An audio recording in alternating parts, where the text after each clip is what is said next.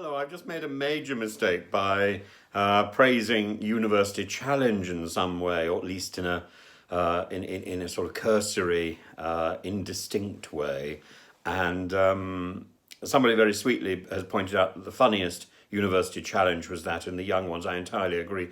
I think University Challenge is a deplorable and ghastly show. And it's got more and more deplorable since 1994 when Jeremy Paxman took over. Now, of course, I'm not saying I don't watch it. I do watch it occasionally, and I sort of enjoy the pain. It's like sticking needles in oneself, I suppose. But I didn't like it even when Bamber Gascoigne was presenting it until 1987. In fact, I've got good reason not to like it on reflection, because I remember meeting Bamber Gascoigne. Bamber Gascoigne was comparing a show that I was doing in the Royal Court.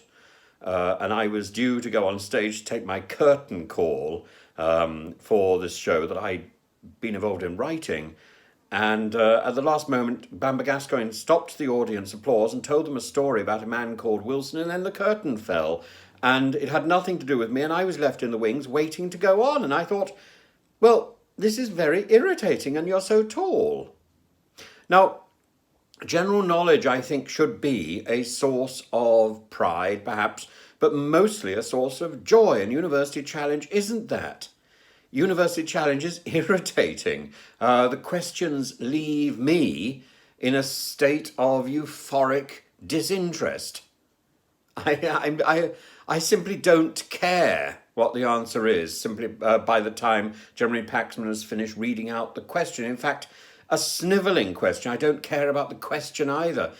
These questions have become too specific, too scientific, too mathematical, too arcane, too esoteric, too up themselves. So does it matter at all what the answer is? And Paxman, like Stephen Fry in QI, tries to give the impression that he knows all the answers, that he is omniscient. But Paxman, unlike Stephen Fry, also is condescending. Stephen Fry is genially avuncular. And they're both processing the prepared and filed cards on the table, on the desk immediately in front of them, with all the cues.